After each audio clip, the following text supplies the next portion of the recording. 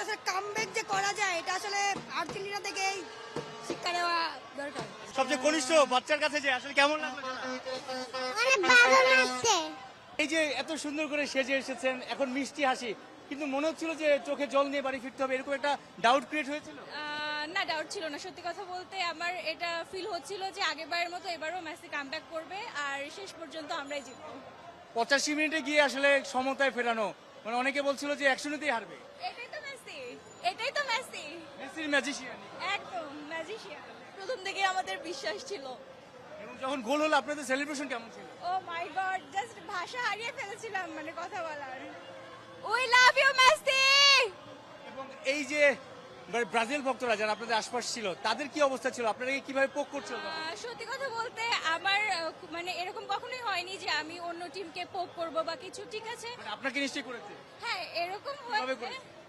যে কি রে এবার তো পারবি না বা এইবার হেরে যাবে, এবার আর হবে না, মানে এমন হয়। বাট পাত্তা টাত্তা দেয় না এরকম কথা, কারণ আমরা জানি যে মেসি ম্যাজিশিয়ান, ও পারবে।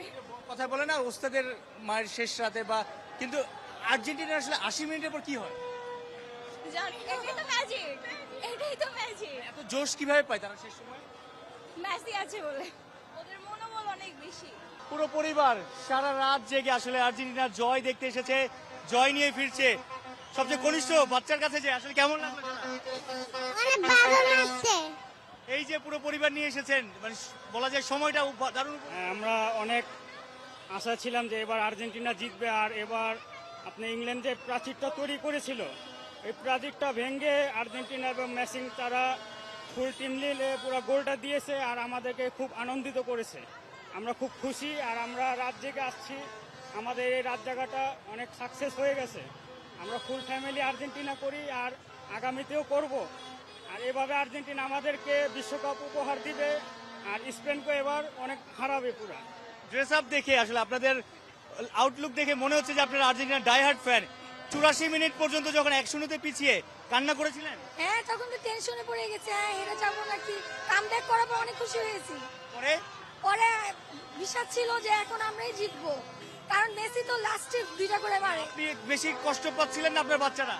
বাচ্চারাও পাচ্ছিল, আমিও পাচ্ছিলাম। পরে যখন দুটা গোল হলো, তখন তো অনেক খুশি লেগেছে।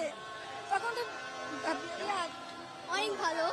গলা নিশ্চয়ই ভেঙে গেছে, এই জন্য চা খেয়ে গলাটা ঠিক করছেন। বাট এই রাত তো শেষ হওয়ার নয়। অবশ্যই না, কারণ এই রাত কেন শেষ হবে? এই রাত পুরাটাই আমরা উদযাপন করবো। দেন চায়ের সাথে চুমুকে আর হচ্ছে মেসির যে কি কি করেছে ওইগুলো নিয়ে অনেক বেশি গল্প করতেছি। মেসিদের মানে কি আছে, জাদু কি আছে যে 80 মিনিটের পর এরকম? মেসিদের কাছ থেকে শিক্ষা হয়েছে আসলে কামব্যাক যে করা যায় এটা আসলে আর্জেন্টিনা থেকেই শিক্ষা নেওয়া দরকার। মেসির বাপায় কি আছে? অসাধারণ, আর কি বলবো, এক কথায় অসাধারণ। এই যে এইভাবে কামব্যাক করবে কল্পনা করেছিলেন? সেই কারণে সবসময় তো আমরা মানুষকে একটু বিভ্রান্ততে রাখি আসলে, যারা হয়েছে যে বিপরীতে, যারা ব্রাজিলের সাপোর্টার তাদেরকে একটু হতাশ রেখে তারপর আমরা উস্তাদের মা শেষ রাতে যে কথাই আছে ড্যান্স। কান্না করছিলেন? কিছুটা খারাপ লাগতেছিল, কিন্তু আমরা আশাবাদী ছিলাম যে অবশ্যই মেসি গোল দিবে, কান্না কেন করবো। আর যখন ব্যাক টু ব্যাক দুটো গোল হলো তখন এনভায়রনমেন্টটা কি ছিল? অসাধারণ, বলার মানে আপনি কি ড্যান্স করেছিলেন? অবশ্যই, কারণ এরকম সিচুয়েশন, এরকম কামব্যাকের সময় যদি আসলে আর্জেন্টিনার টিমের প্লেয়াররা আপনার সামনে থাকতো, আপনার রিয়াকশনটা কি হতো?